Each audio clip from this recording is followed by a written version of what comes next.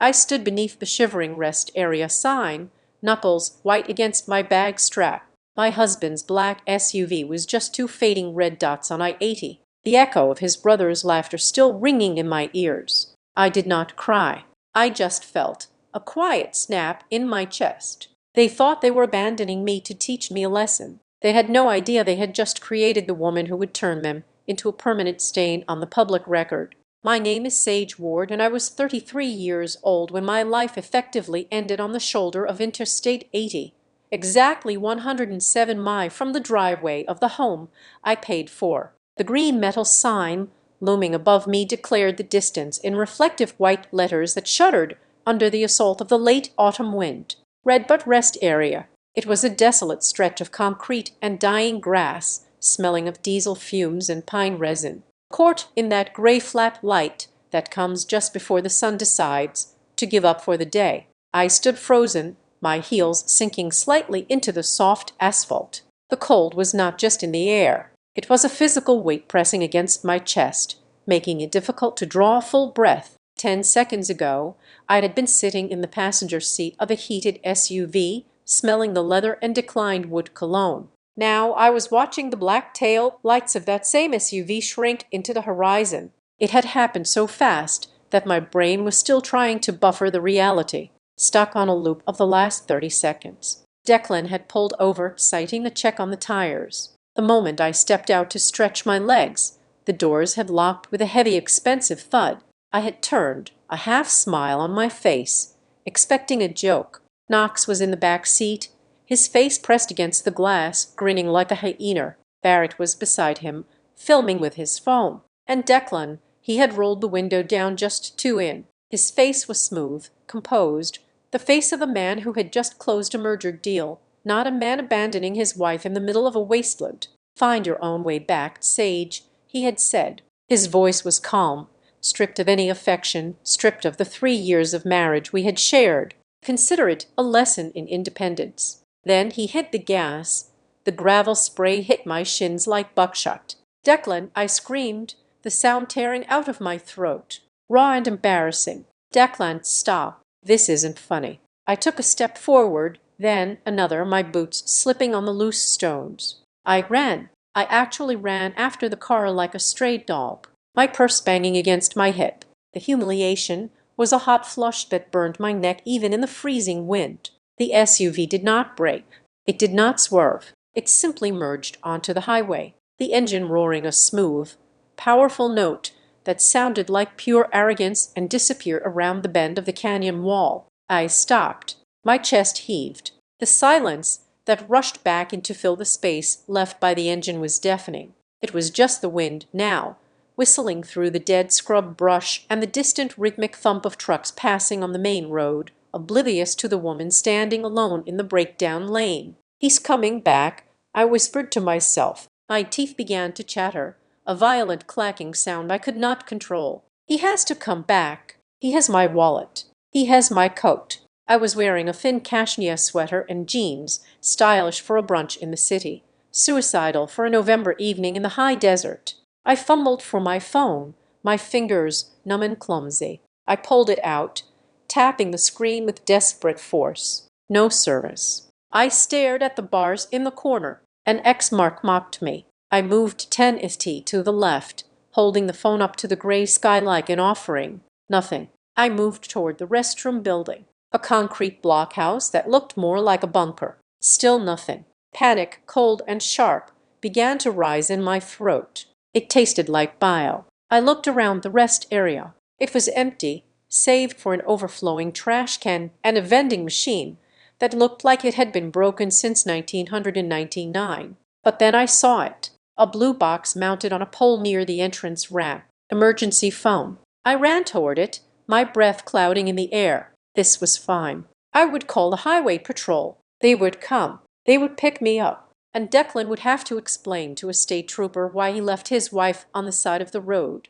I would be furious. Yes, but I would be safe. I reached the box and yanked the handle down. The receiver was cold against my ear. I waited for the dial tone. I waited for the operator. Silence. I frowned, tapping the hook. "Hello? Hello, is anyone there?" I looked down at the cord. It hung in a loop, armored in metal coil. My eyes followed it to the base of the box. The wire had been cut. It was not frayed. It was not rusted through. It had been severed clean, the copper ends gleaming bright and fresh against the weathered gray metal of the pole. I dropped the receiver. It swung back and forth, clanging against the metal post like a funeral bell. This was not a prank. Pranks are impulsive. Pranks are stupid jokes that go too far. Cutting a phone line is not a prank. It is engineering. It is a plan. They knew there was no cell service here. They knew this was a dead zone, and they had made sure the only lifeline was severed before we even arrived.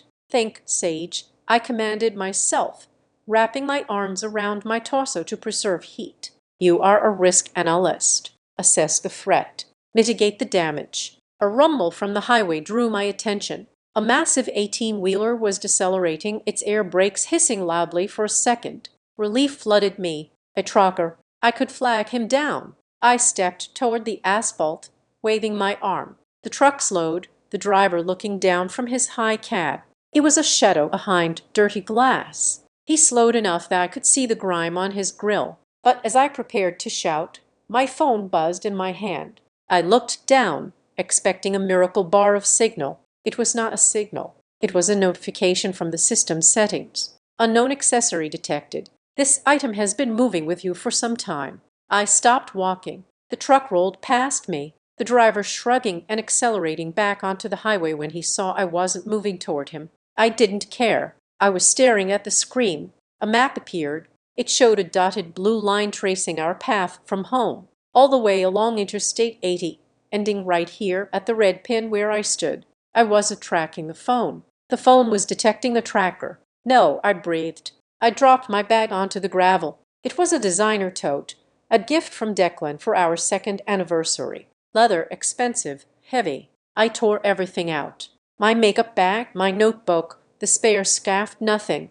I felt the lining. I ran my fingers along the seams, pressing hard. There, at the bottom corner, beneath the silk lining, there was a small, hard lump that shouldn't be there. I didn't have a knife, so I used my house key, sawing frantically at the fabric. The silk tore with a satisfying rip. I dug my fingers into the hole and pulled out a small white plastic disc, an air tag. I held it in my palm. It looked innocent, just a piece of technology meant to find lost keys. But in this context, it was a shackle. Knox and Barrett, the way they had been laughing, the way Barrett had been looking at his phone. They weren't just leaving me here to walk home or hitchhike. They were watching. They were probably watching the dot right now, sitting in the warm leather seats of the SUV 10 miles down the road, betting on how long I would stay still or which direction I would start walking. They wanted to see me panic. They wanted to see the little dot move erratically as I ran around screaming for help. They wanted to own my fear. I looked at the white disc and something inside me shifted. It was a distinct physical sensation, like a bone snapping back into place after being dislocated. The shivering stopped. The tears that had been welling in my eyes evaporated. If I stayed here, I froze. If I walked, they watched. I pressed my thumbs against the back of the air tag, twisting the cover off. I removed the battery. The connection died. On their screen, the dot would go gray, silent.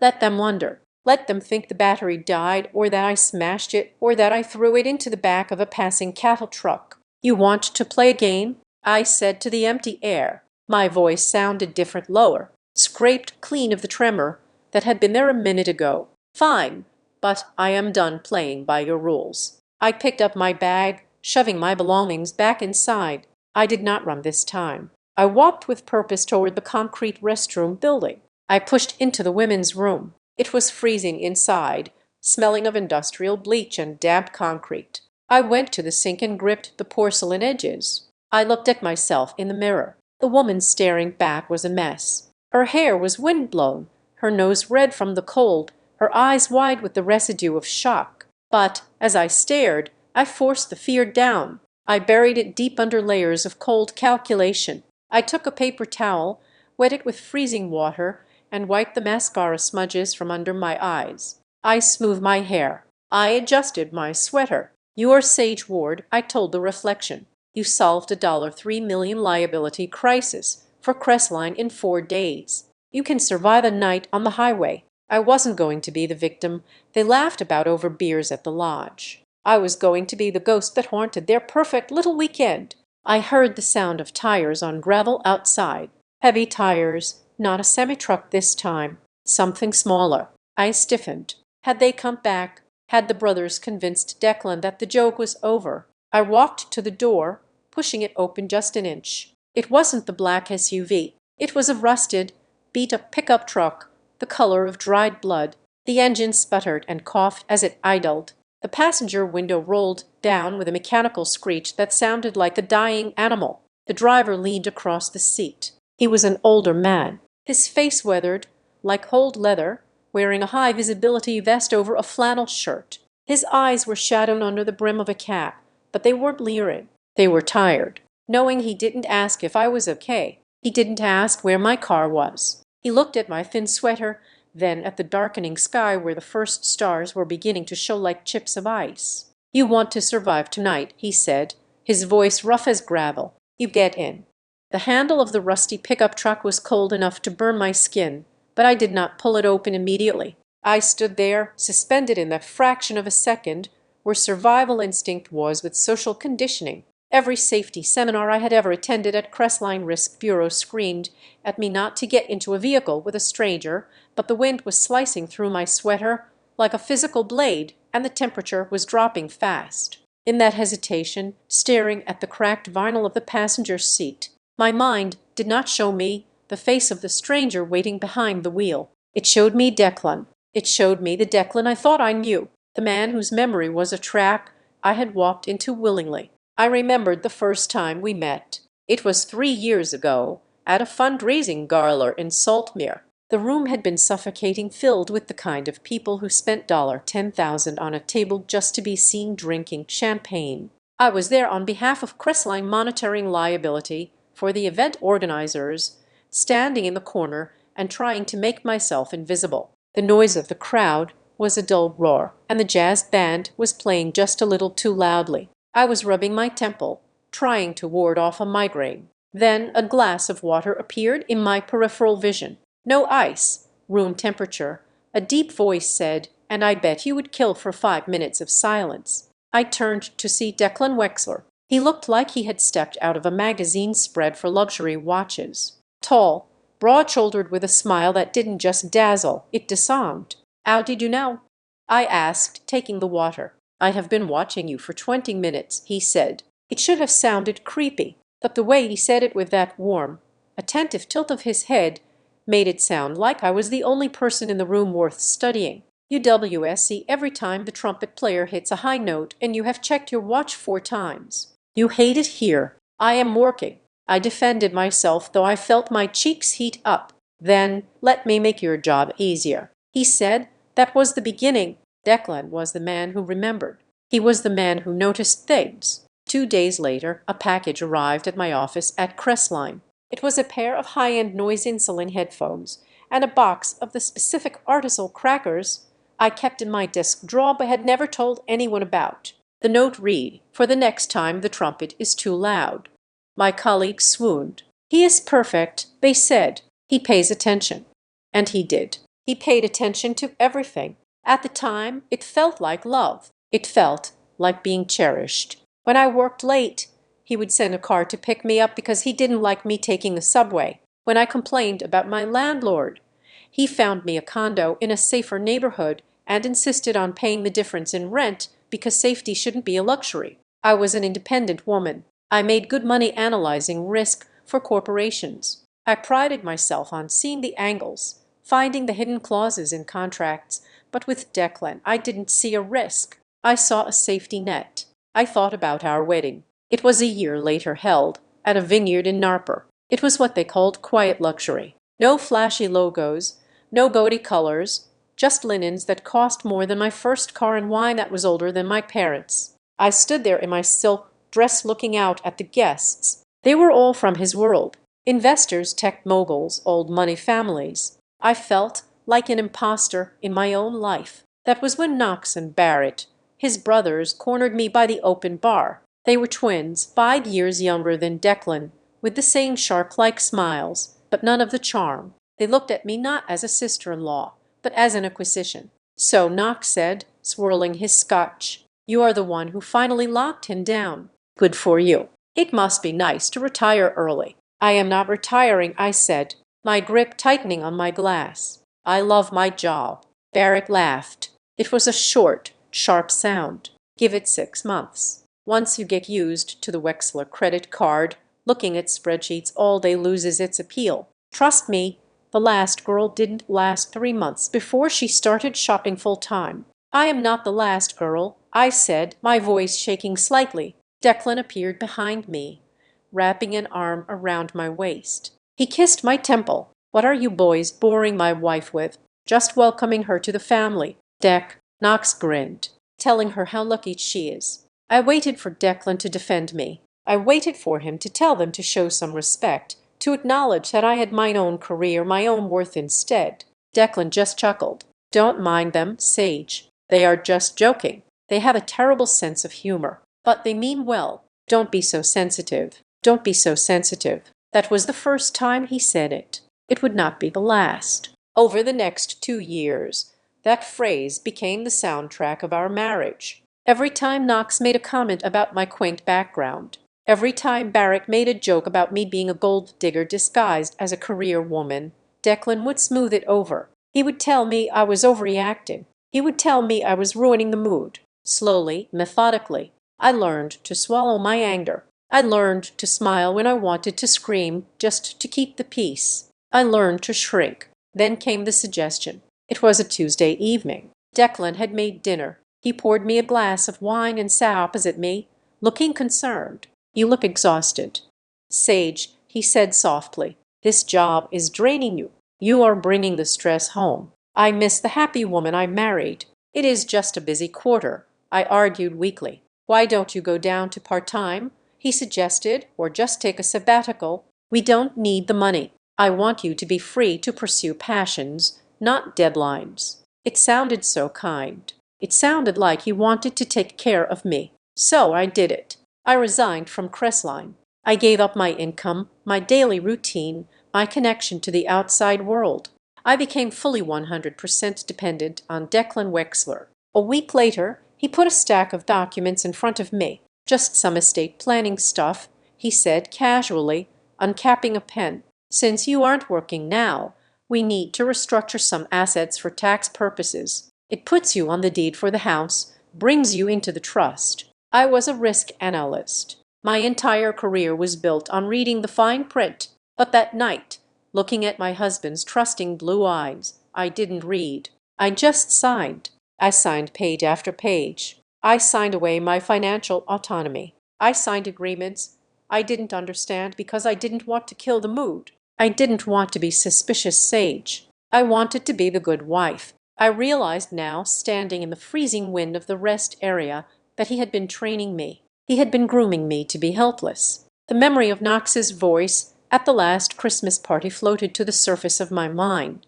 He had been drunk, leaning too close to me while Declan was in the other room. "You know," Sage, Knox had slurred. "Declan likes things broken in. He likes to know that if he drops the leash, the dog won't run. But sometimes women need to be corrected just to remind them who feeds them." I had told Declan about it. Declan had sighed, looking annoyed not at Knox, but at me. He was drunk. "Sage, why do you always hold on to these things? It makes you impossible to be around." Impossible to be around. And now here I was, 107 miles from home. Corrected. I looked at the stranger in the truck. Mason. His face was lined with grit. His hands on the steering wheel were rough and stained with oil. He looked like everything Declan despised. He looked like the kind of man Declan would lock the car doors against. But Declan, the man in the bespoke suit with the manicured hands, had just left me to die of hypothermia. This stranger was offering me heat. "Well,"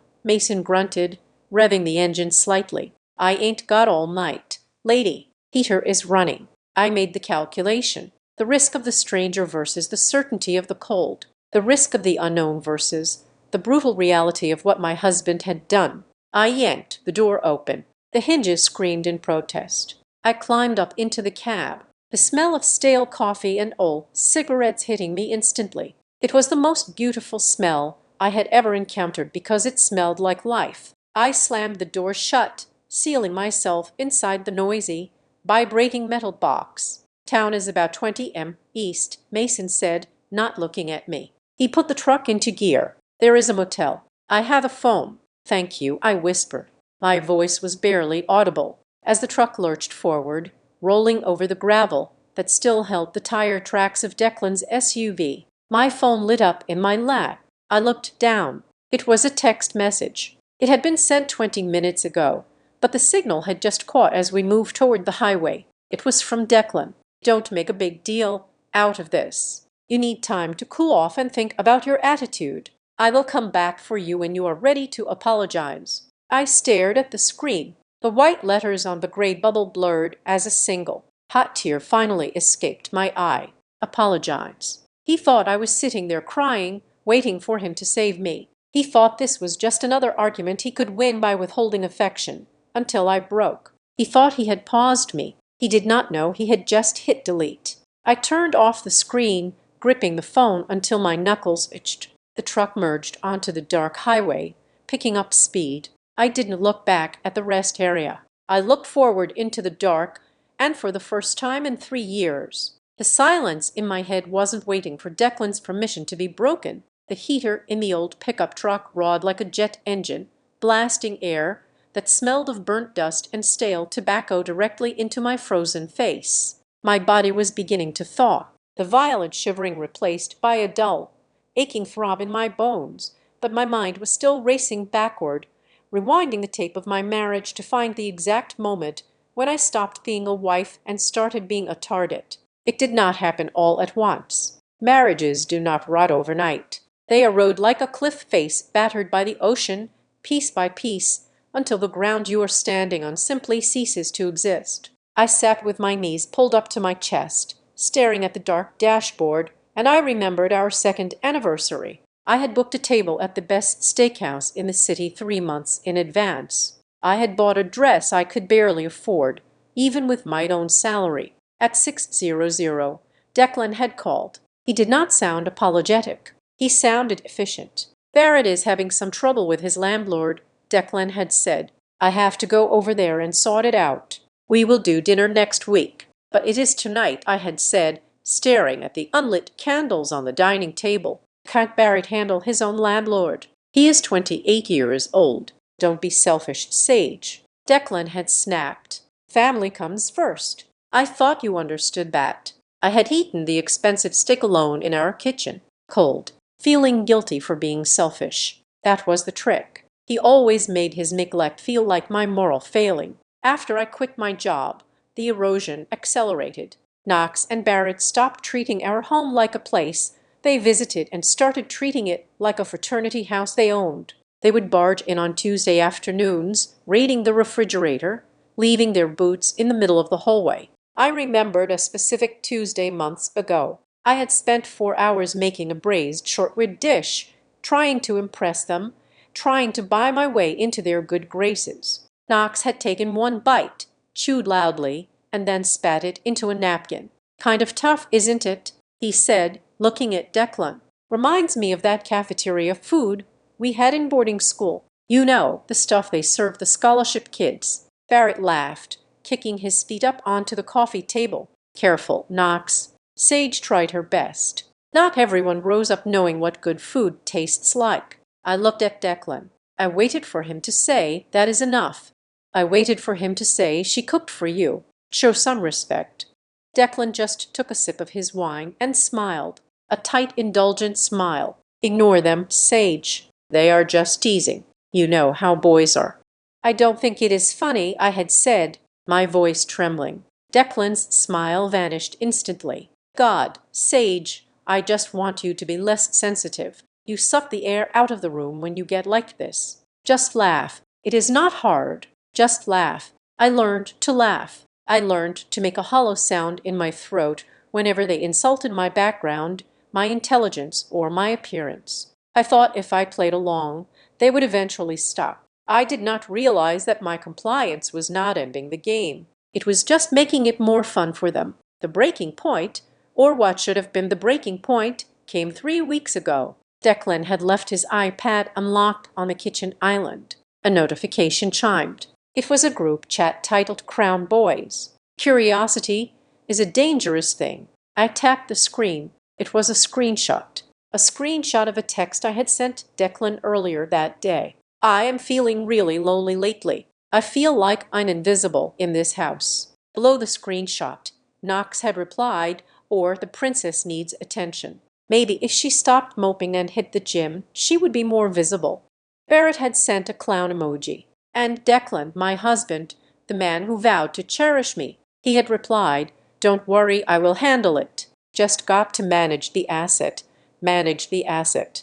I was not a wife. I was a liability. He was managing. It was a problem to be solved with the least amount of effort possible. I confronted him that night. I didn't scream. I just showed him the iPad. He didn't apologize. He didn't look ashamed. He looked annoyed that he had been caught like a teenager whose mom found his cigarettes. "It is private, Sage," he said, taking the device from my hands. "Don't read things you aren't meant to see. They are just blowing off steam. You take everything so seriously. Don't make a drama out of nothing. Don't make a drama." So I tried a different tactic. I tried to prove I wasn't a liability. I started picking up freelance consulting work under the table using my old contacts. I worked late into the night earning money, putting it into the joint account to show I contributed. I thought if I brought value, they would respect me. I was wrong. My independence didn't make them respect me. It offended them. It challenged the narrative that I was a helpless charity case Declan had rescued.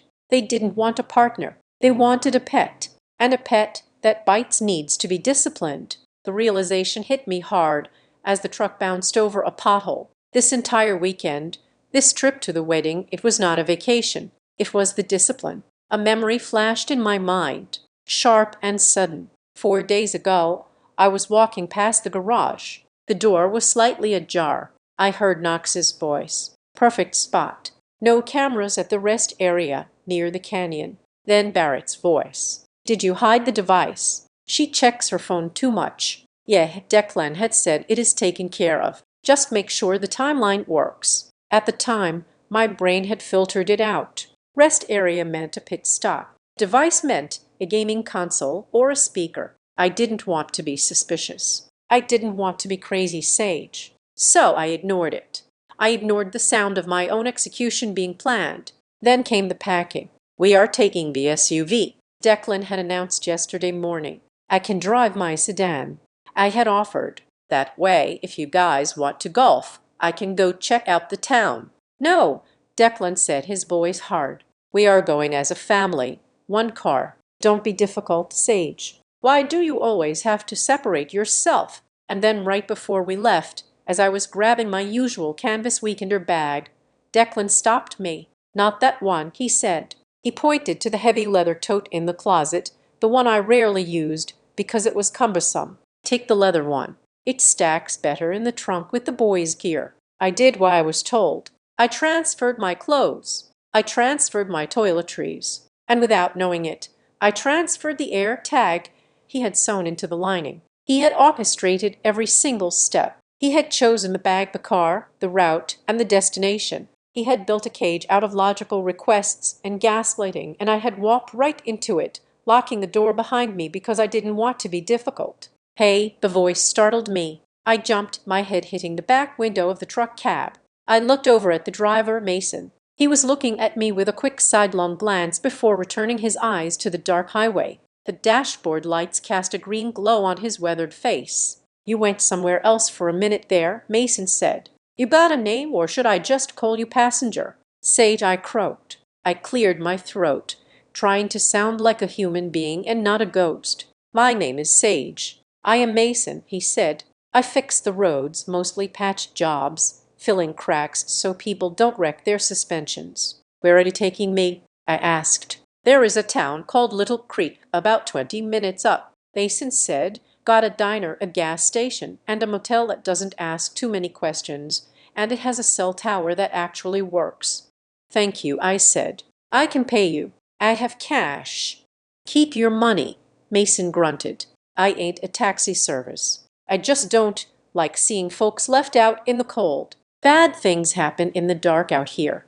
I turned in my seat to look out the back window. The rear glass was dirty, smeared with dust, but I could see the ribbon of highway stretching out behind us, illuminated by the red glow of Mason's tail lights. It was empty, just black asphalt and the vague shapes of mountains against the stars. Then I saw it way back, maybe half a mile. A pair of headlights crested a hill. They were bright, blindingly white LED lights, not the warm yellow of a trucker's rig.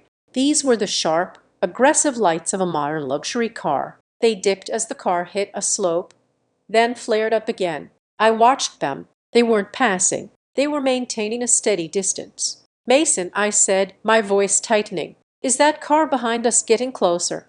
Mason glanced at his rear view mirror. He squinted. Hard to say, he mumbled. "It is a public road, Sage. People drive on it." But I knew. The knot in my stomach tightened. I knew the shape of those lights. I had seen them every day in my driveway. They didn't leave. I whispered. They waited. I watched the lights. They felt like eyes, unblinking, predatory eyes staring through the dark, waiting for me to make a mistake. Declan wasn't done teaching me my lesson. The abandonment was just part one. Part two was watching me break. I turned back around, facing forward, my hands gripping the edges of the seat until my fingers hurt. "Drive faster, Mason," I said, my voice low and cold. "But please," I said, looking at the speedometer. "Just drive, because if they were hunting me, they were about to realize that the rabbit they let loose had just figured out it had teeth." As the rusty pickup truck rattled down the highway toward the lights of Little Creek, I closed my eyes and forced my brain to replay the last 6 hours. I needed to see it again, not with the haze of shock, but with the cold, hard lens of a forensic analysis. I needed to understand how I had missed the signs of my own execution. The drive this morning had been 3 hours of suffocating theater. I remembered sitting in the passenger seat of the SUV. The climate control was set to exactly 70, Declan's preferred temperature. The leather was warm. The silence was heavy, but it was not empty. It was filled with the frantic energy coming from the back seat. Knox and Barrett were whispering. It was a low sibilant sound punctuated by sharp intakes of breath that sounded like suppressed giggles. Every time I adjusted the rear view mirror, I caught them. Barrett was staring at his phone, tapping furiously, then showing the screen to Knox. Knox would look, check his expensive dive watch, and nod. They were not checking emails. They were timing something. "What is so funny back there?" I had asked, trying to keep my voice light. "Just business," Sage Knox had replied, his grin too wide, showing too many teeth. "Market is volatile today. You wouldn't understand the fluctuations." I had looked at Declan. Usually, he would have told them to shut up, but Declan was staring straight ahead, his hands gripping the steering wheel at 10 and 2 with enough force to turn his knuckles the color of old bone. "Declan," I touched his arm. His muscles were rock hard. He flinched. "Just relax, Sage. Why can't you just enjoy the ride? Just relax." The command, the deflection. When he pulled off at Red Butte Rest Area, it felt impulsive. "I need coffee," he had muttered, and the tire pressure light is on. It was a lie. The dashboard was clear. I saw it, but I didn't say anything because I didn't want to start a fight. I didn't want to be difficult. "I will run to the ladies' room," I had said. "Take your time," Declan said. He didn't look at me. He was looking at the side mirror, watching for traffic that wasn't there. I walked into the concrete restroom. I remembered standing at the sink, splashing freezing water on my face. I remembered looking at myself in the mirror and scolding my reflection. "You are paranoid, Sage. They are taking you on a trip. Stop looking for insults where there are none." I spent exactly 4 minutes in there. I dried my hands on a rough paper towel. I took a deep breath, fixed my smile, and walked back out into the wind. The scene that met me was composed like a painting. The SUV was not parked where I left it. It had moved forward, positioned right at the edge of the on-ramp, the engine purring. The brake lights were glowing bright red. Inside, I could see them. The tint on the windows was dark, but the sun was hitting the glass just right. I saw 3 heads turned toward me. They weren't looking at their phones anymore. They were looking at me. They were the audience. and I was the performer walking onto the stage. I jogged over, reaching for the handle. Locked. The window rolled down, not all the way, just enough to frame Declan's eyes and the bridge of his nose. "Unlock it, Declan," I said, shivering as the wind cut through my sweater. "It is freezing." He smiled. It wasn't a happy smile. It was the smile of a man who had practiced this moment in front of a mirror. It was curious, detached. "Find your own way back, Sage," he said from the back seat. The laughter exploded. It was loud, raucous, the sound of boys pulling wings off a fly. Barrett was holding his phone up. The camera lens pointed squarely at my confused face. "Declan," I asked. My brain refused to process the data. "Consider it a lesson in independence," he added. Then the window rolled up, sealing them in their warm,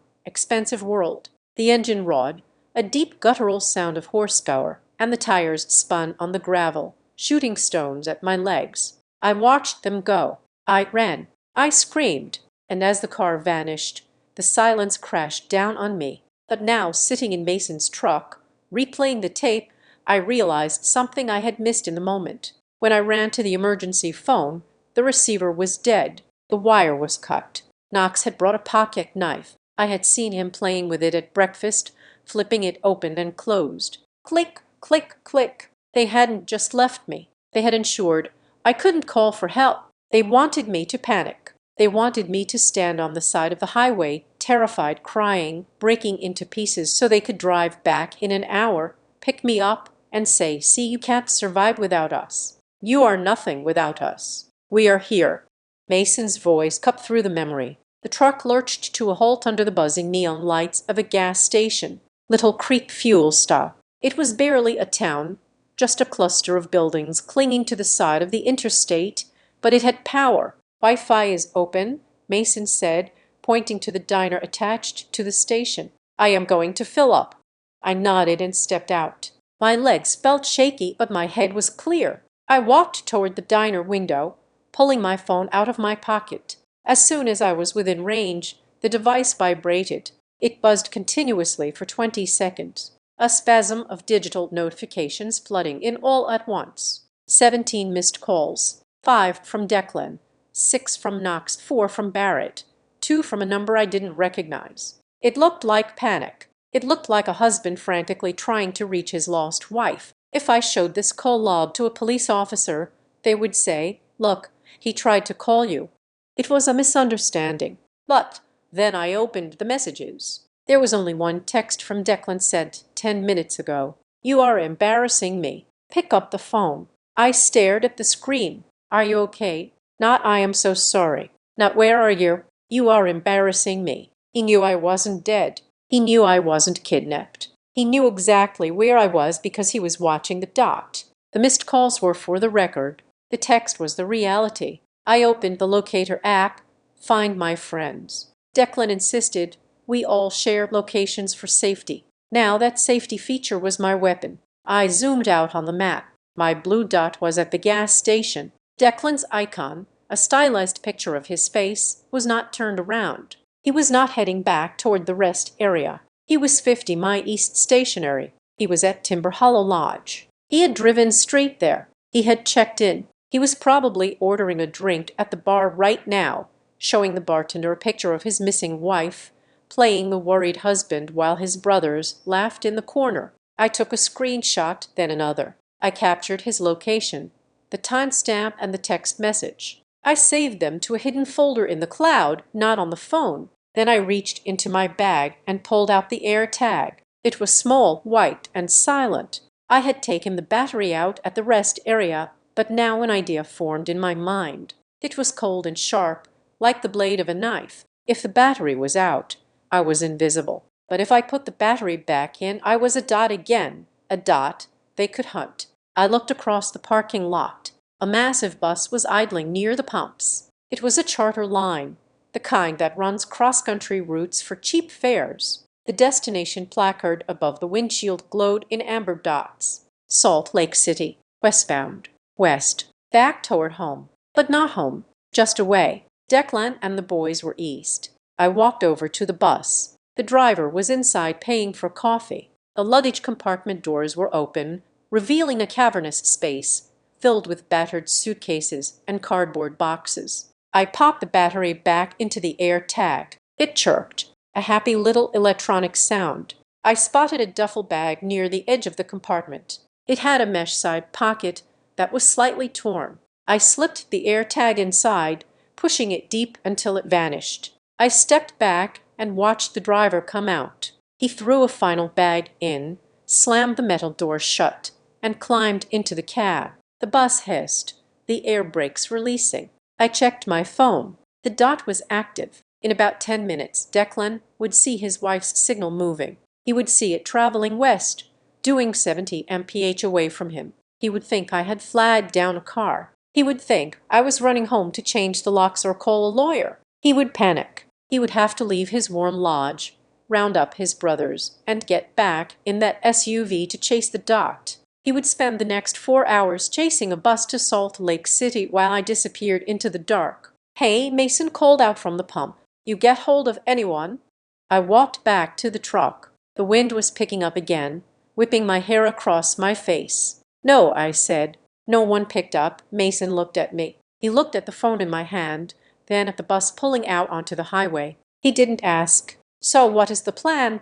Mason asked, "I can take you back to the city if you want. It is a long drive, but I got a full tank." I looked at the bus fading into the distance. Then I looked at the road leading east, toward the lodge, toward the mountains, toward the life I had spent 3 years suffocating in. "No," I said, "if I go back to the city, he will look for me there. He knows where I live. He owns the house." "Then where?" Mason asked. I saw another bus pulling in. This one was smaller, older. The sign said Spokane. I had a friend in Spokane, Jules. We hadn't spoken in 2 years because Declan said she was too abrasive, but she was the only person who had ever told me to my face that my husband was a narcissist. "That bus," I pointed. "Where does the ticket booth open?" "Inside," Mason said. "You got money?" "I have a credit card," I said. Then I stopped. "No, he will track the transaction." I looked at Mason. "I need cash. I can transfer you money on an app right now before I ditch this phone.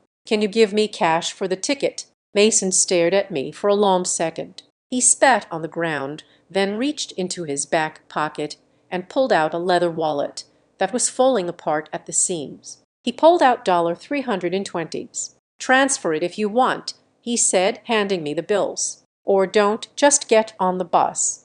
I transferred the money instantly, adding an extra $200. "Thank you, Mason. Are you running from the law?" he asked. "No," I said, clutching the cash. "I am running from the law-abiding." I walked to the ticket counter. I bought a one-way ticket to Spokane. I didn't use my name. I just handed over the cash. As I stood by the door of the bus, I looked at my phone one last time. Declan's dot was still at the lodge. My dot, the air tag on the westbound bus, was now 2 miles away, picking up speed. I turned my phone off. Then I walked over to a trash can filled with fast food wrappers and oil cans. I dropped the phone inside. "Where to, miss?" the bus driver asked. As I stepped up the stairs, I looked back at the empty highway. "Not home," I said. "Just drive."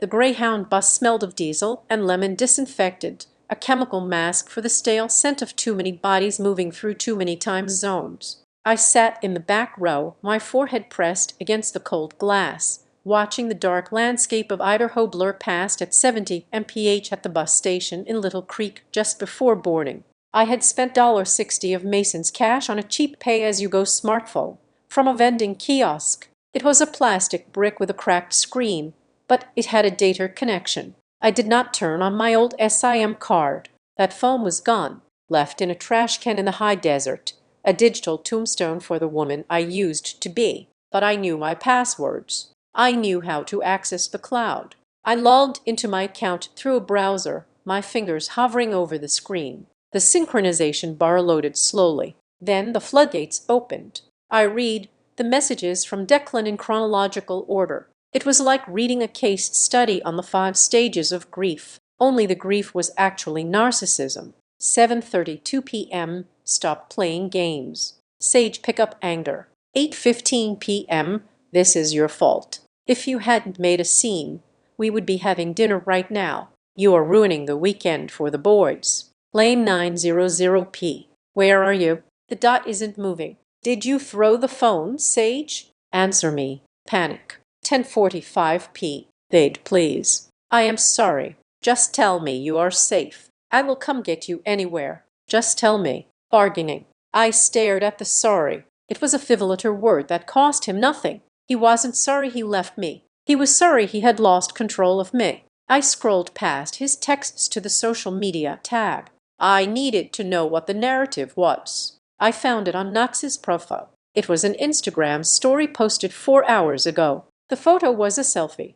Knox and Barrett were holding up whiskey glasses in the timber-framed lobby of the lodge, grinning like wolves. In the background, Declan was sitting in a leather armchair, looking at his phone with a furrowed brow, the picture of the concerned husband. But the caption made my blood run cold. Boys' weekend kicked off right.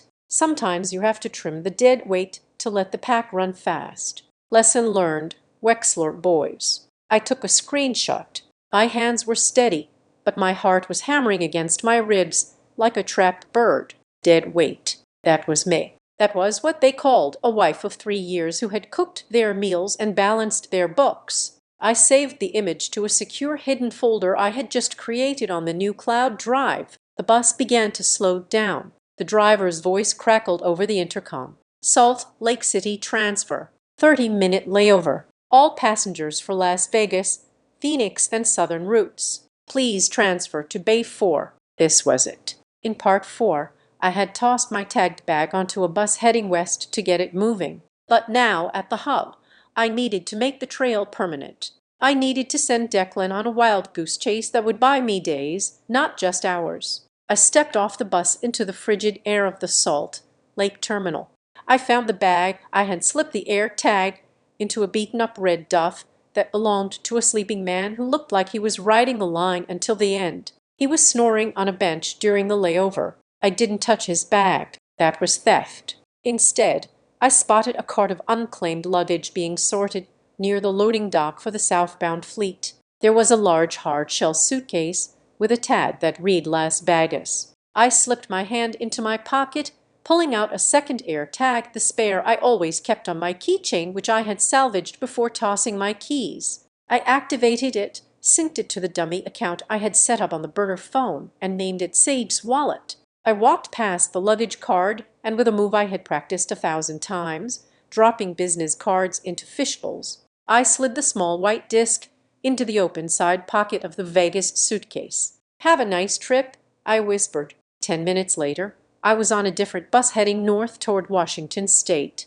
Declan would see Sage's Wallet pinging down Interstate 15, heading straight for the neon lights of Las Vegas. He would think I was going there to pawn my jewelry or get lost in the casinos. He would send his lawyers and his private investigators to the Strip. By the time they realized the wallet was traveling alone, I would be a ghost. I arrived in Spokane at 4:30 in the morning. The city was gray and wet, a stark contrast to the dry bite of the desert. I stood on the curb of the bus station, wrapping my thin sweater tighter around myself. I had no coat. I had no luggage. I looked like a drifter. A faded yellow Subaru station wagon pulled up to the curb. The engine ticked loudly, a sound of old belts and high mileage. The window rolled down. Jules Pritchard looked exactly the same as she had in college. Messy bun, oversized flannel shirt, and eyes that saw everything but judged nothing. She didn't smile. She just leaned over and unlocked the passenger door.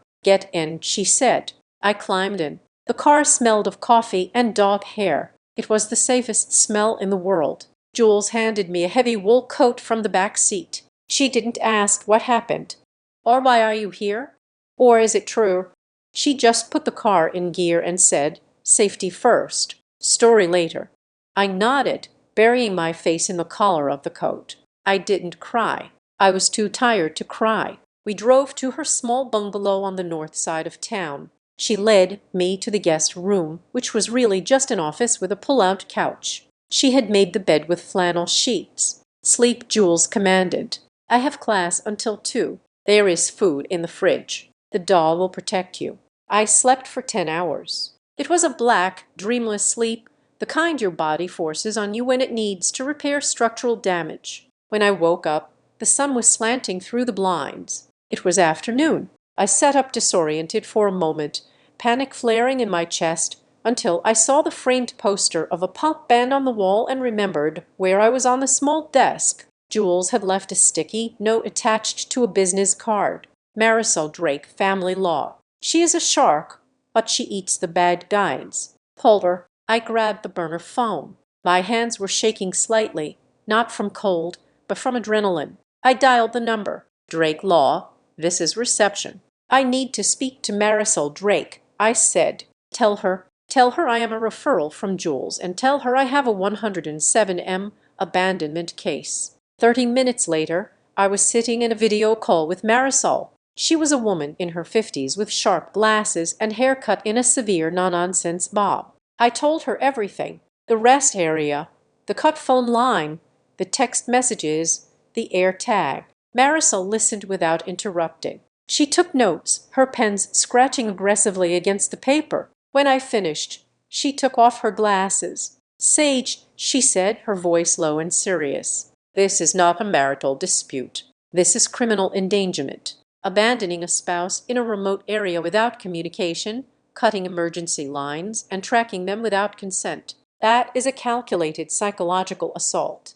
I know, I said, but he will say it was a joke. He will say I walked away. Let him say it. Marisol said. We deal in evidence. You have the screenshots. Yes. Good. Now, we need to secure your perimeter finances. Do you have a joint account? Yes, and a personal one. But he has access. Open a new one, Marisol ordered. Right now at a local credit union, not a national bank he has ties to. Transfer exactly 50% of the liquid assets from the joint account. Not a penny more, so he can't claim theft. We call it preservation of marital assets. Do it before he realizes you aren't in Vegas. He will freeze the cards. I said let him. Marisol replied, you need to cut the oxygen he is using to control you. Money is his heir.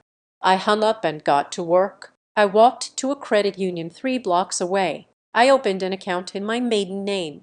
I used the banking app on the burner phone to initiate the transfer. $75,000. It was half of our savings. It was enough to live on for a year. It was enough to hire Marisol. I watched the transfer complete notification pop up. I felt a grim satisfaction somewhere in the Timber Hollow Lodge. Declan's phone was about to ping with a notification that would ruin his scotch. I spent the rest of the evening at Jules's kitchen table building my war chest. I printed the map of the rest area. I printed the call log showing the dozens of calls he made after he realized I was gone. I printed the boys' weekend Instagram post. I was building a wall of paper to protect myself. At 9:00 that night, the burner phone chimed with an email notification. I frowned. I hadn't given this email address to anyone except Marisol in the bank. But this wasn't a personal email. It was an automated notification from a digital signature platform.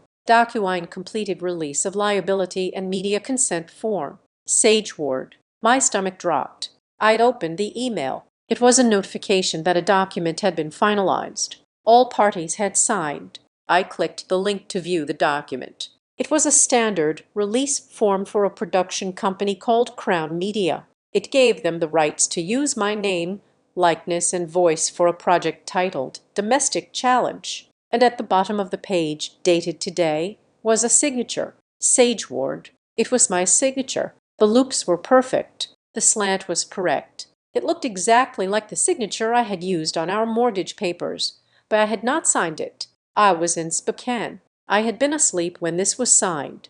I stared at the screen, the white light reflecting in my eyes. They weren't just making a boys' weekend video. They were filming a show, a reality show. And Declan, my husband, had just forged my signature to sell the footage of my abandonment as entertainment. Jules, I called out, my voice steady but cold as ice. I need your printer. I have one more piece of evidence. The game had changed. They weren't just hunting me anymore. They were trying to own the copyright to my pain, but they forgot one thing. You can forge a signature, but you cannot forge the truth. And I was about to bring the whole production crashing down. The glow of the laptop screen was the only light in Jules's kitchen. It washed out the color of my skin, making me look like a phantom, which felt appropriate. I was haunting my own life, digging through the digital graveyard of my marriage to find the cause of death. On the video call, Marisol was drinking coffee from a mug the size of a soup bowl. It was 6:00 in the morning. We had been at this for 4 hours. Timeline. Sage, Marisol said, her voice raspy but sharp. I need every minute accounted for. If we are going to argue premeditated endangerment, we need to prove the gap between the act and the intent. I stared at the spreadsheet I was building. 11:15 a.m. arrival at Red but Rest Area, 1119A. Vehicle departs. 11:25 a. First 911 attempt failed. I have the physical timeline, I said, rubbing my eyes. But I need the motive. Why film it? Why did Barrett have his phone out? Why did Knox post that caption? Check the cloud. Marisol said, narcissists don't just do bad things, they archive them. They like to rewatch their victories. I opened a new tab. I typed in the address for the shared family cloud account. Declan had set it up 2 years ago to share vacation photos, but he never changed the password. He assumed I was too technologically illiterate to navigate the backend folders. Password Wexler Empire 88. The dashboard loaded. Photos, contacts, notes. I scrolled past the albums of our Napa trip. I ignored the folder labeled taxes. My eyes landed on a folder created 6 months ago. It had a custom icon, a gold crown. The folder name was the Crown Boys Project Alpha. I double-clicked. Inside, there was a group chat history export, several PDF files, and a subfolder labeled raw footage. I found something, I whispered. My throat felt tight, like I had swallowed broken glass. Talk to me, Marisol commanded. What are we looking at? A group chat, I said, between Declan, Knox, and Barrett. It goes back to last spring. I opened the chat log. It wasn't just banter. It was a production meeting. April 12th. Knox, we need something punchy for the pilot. Just sitting around talking about money is boring. Viewers want conflict. Barrett Sage is perfect for it. She is brittle. If we push her, she cracks. That is drama. Declan, she is not an actress. Barrett, she will freeze up. Knox, that is the point. Real reactions. We call it the reality check. We strip a suburban princess of her comfort zone and see if she survives. I felt bile rise in my esophagus. They weren't just bullying me. They were workshopping me. I scrolled down to last month, October 4th. Knox, I have the concept. The 107-mile lesson. We drop her in the middle of nowhere. No phone, no wallet, just her and the elements. We film the breakdown. Declan, that is risky. What if she gets hurt? Barrett, don't be a coward. Dec, we control the environment. I will cut the phone line at the rest area. We keep a tracker on her. It is safe. It is just immersive therapy. Immersive therapy. They planned it, I said, my voice shaking. Marisol, they wrote a script. They call it the 107-mile lesson. They discussed cutting the phone lines. Save it, Marisol said instantly. Download everything. Metadata, timestamps, everything. Do not just screenshot it. I need the source files. I clicked on a PDF file named Episode Outline Pilot. I opened it. It was a professionally designed document. There were pie charts about target demographics and engagement metrics. Scene 1, the setup. Declan establishes the spoiled wife narrative. Scene 2, the drop. High emotion. Capture facial expressions of abandonment. Scene 3, the panic. Use hidden cameras to track subjects' descent into fear. My hands were shaking so hard I could barely control the mouse. I wasn't a person to them. I was content. I was a rat in a maze they had built to amuse their investors. And then I found the release form. It was the same document I had received the notification for earlier, the one with my signature on it. I opened the file properties. I looked at the creation date. It was modified yesterday evening. I zoomed in on the signature. Sage Ward. It looked perfect. Too perfect. I opened another tab and pulled up our mortgage documents from 3 years ago. I overlaid the 2 signatures on the screen. They were identical down to the pixel. The exact same slight tremor on the W, the exact same angle on the D. They didn't just forge it, I said, realizing the mechanics of the crime. They lifted it. They copy-pasted a high-resolution scan of my signature from the house deed onto this media release form. That is fraud, Marisol said, her voice dropping into a tone I had never heard before, a predator's tone. That is felony forgery. And if they intended to use this to sell a show, it is wire fraud. There is more, I said. I opened an email chain in the Project Alpha folder. It was between Declan and a production studio executive named Gary. From Declan Wexler to Gary V. Subject: for proof of concept. Gary, we are getting the footage this weekend.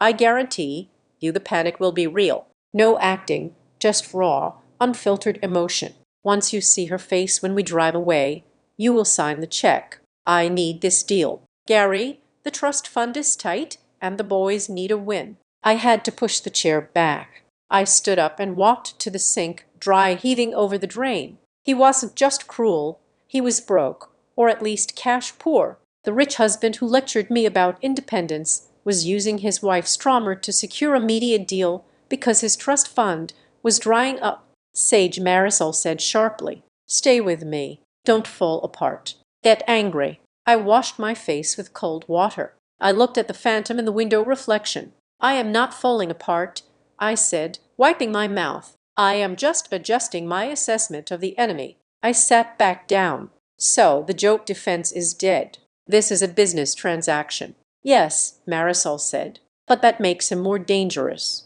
If we expose this, we don't just embarrass him, we destroy his potential income. He is backed into a corner. He's going to come out swinging." "How?" I asked. "He will paint you as mentally unstable," Marisol explained. "He will say the Project Alpha stuff was just a draft, a bad idea they never executed. He will say you found out about it, had a psychotic break, and ran away. He will say you are the one hallucinating the abuse." As if on cue, my burner phone pinged. It was an email not from Declan, from a law firm, Vanderbilt Associates. Subject: notice of unauthorized transaction and demand for return of funds. I opened it. The language was legal, cold, and threatening. MS. Ward, we represent Mr. Declan Wexler. It has come to our attention that on November 12th, you executed an unauthorized wire transfer of $75,000 from the joint marital asset account.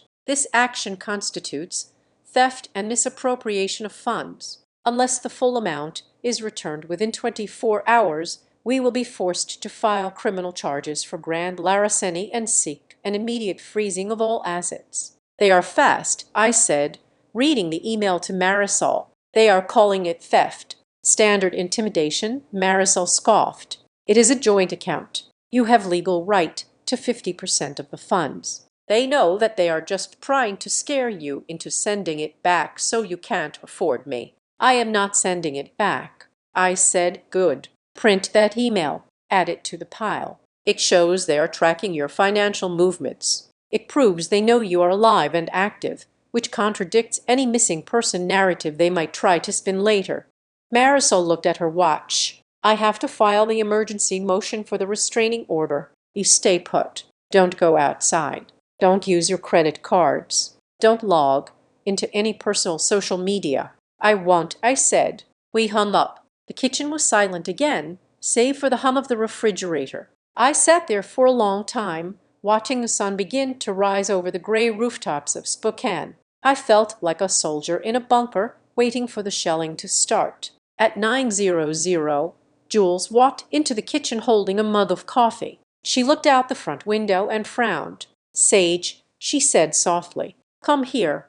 I walked over, staying to the side of the window frame. "That black sedan across the street," Jules said. "It has been there since 6 this morning. The guy inside hasn't moved." I peered through the blinds. It was a nondescript Ford, the kind you rent at the airport. A man was sitting in the driver's seat looking at a tablet. "Private investigator," I said. He tracked the bus. Or maybe he tracked the IP address when I logged into the bank. "He found us fast," Jules said, her jaw tightening. "Do I need to let the dog out?"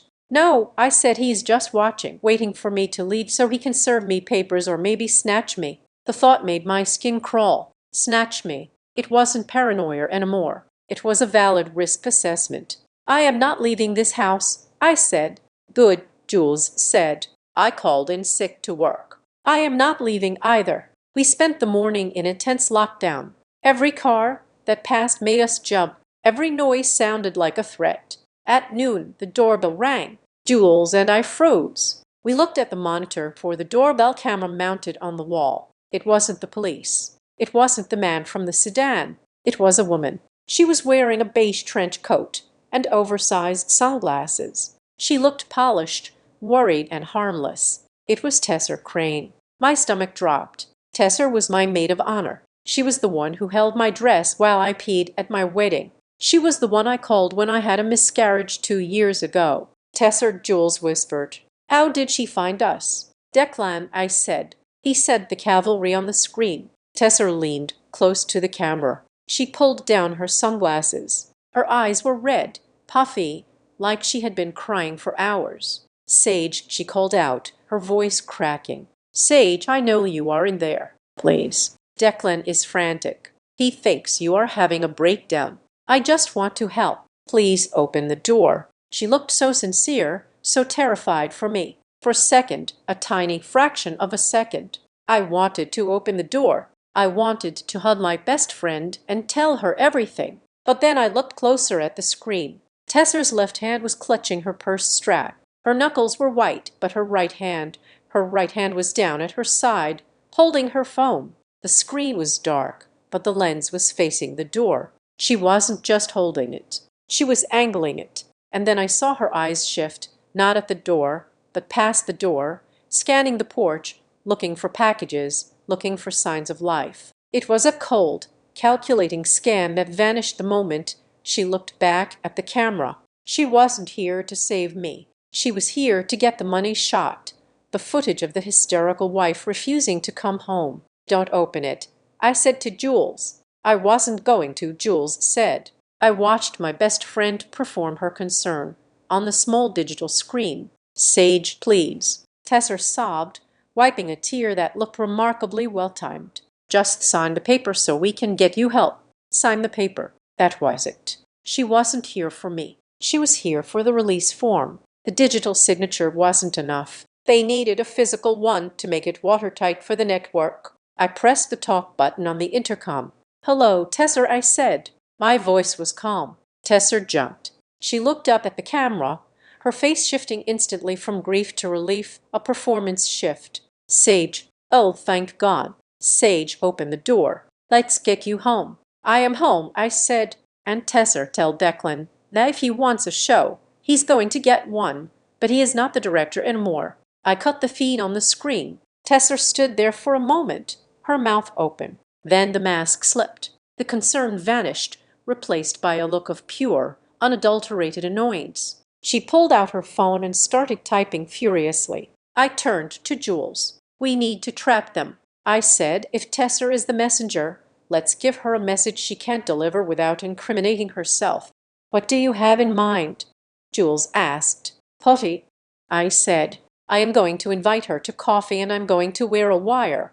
I unlatched the deadbolt. My heart was hammering against my ribs like a trapped bird, but I forced my face into a mask of exhaustion and confusion. If Tessa wanted a performance, I would give her one. I opened the door. Tessa did not just step inside. She surged forward, enveloping me in a cloud of expensive floral perfume and aggressive cashmere. It was a hug that felt more like a restraint technique than an embrace. Oh, Sage, she breathed into my ear. Thank God. We'd have been so worried. Declan is beside himself. He hasn't slept in 2 days. I stood limp in her arms, letting her perform the role of the savior. When she finally pulled back, her hands remained on my shoulders, pinning me in place. She looked me up and down, her eyes cataloging everything. My borrowed sweatpants, the dark circles under my eyes, the lack of a wedding ring. You look terrible, sweetie, she said, her voice dropping to that pitying tone she usually reserved for service staff who messed up her order. You are clearly not yourself. This is a manic episode, isn't it? Declan told me you had stopped taking your supplements. I felt a cold spike in my stomach. Supplements. I took a multivitamin. That was it. But Declan was already planting the seed of medical instability. I am just tired, Tesser, I said, keeping my voice small. Why are you here? To bring you home, she said, steering me toward the living room sofa as if I were an invalid. Declan wants to fix this. He is willing to overlook the scene you caused at the rest area. He just wants to know you are safe. He said if you just send him one text, just one little message saying I am okay, he will call off the lawyers. Call off the lawyers. It was a threat wrapped in concern. I sat down watching her. Tessa remained standing. Her eyes were not on me. They were darting around the room. She looked at the laptop on the table. She looked at the stack of papers Jules had left on the counter. She looked at the hallway leading to the bedrooms. She was casing the joint. I could text him. I lied. I lost my phone. Oh, Tessa said. Her hand drifted to her purse. Well, you can use mine right now. Just a quick text. It will make everything better. I need to think, I said, rubbing my temples. I am confused, Tessa. Everything is so loud. I was playing the part of the overwhelmed wife perfectly. Tessa relaxed visibly. She thought she was winning. Take your time, she soothed. I will go get us some water. She walked into Jules's kitchen as if she owned it. As soon as she turned the corner, I leaned forward and glanced at her phone, which she had left face up on the coffee table. A notification slid onto the screen. Declan is the asset secured. Do not leave until you get the signature. I leaned back just as Tessa returned with 2 glasses of tap water. She sat them down, smiling that practiced country club smile. I have to go meet a client in town, she said, checking her watch, a Cartier tank watch that cost more than Jules's car, but I will come back this evening. We can drive back to Saltmere together, just you and me. Girls' road trip. Okay, I whispered. She hugged me again tighter this time. You are doing the right thing. Sage, don't fight him.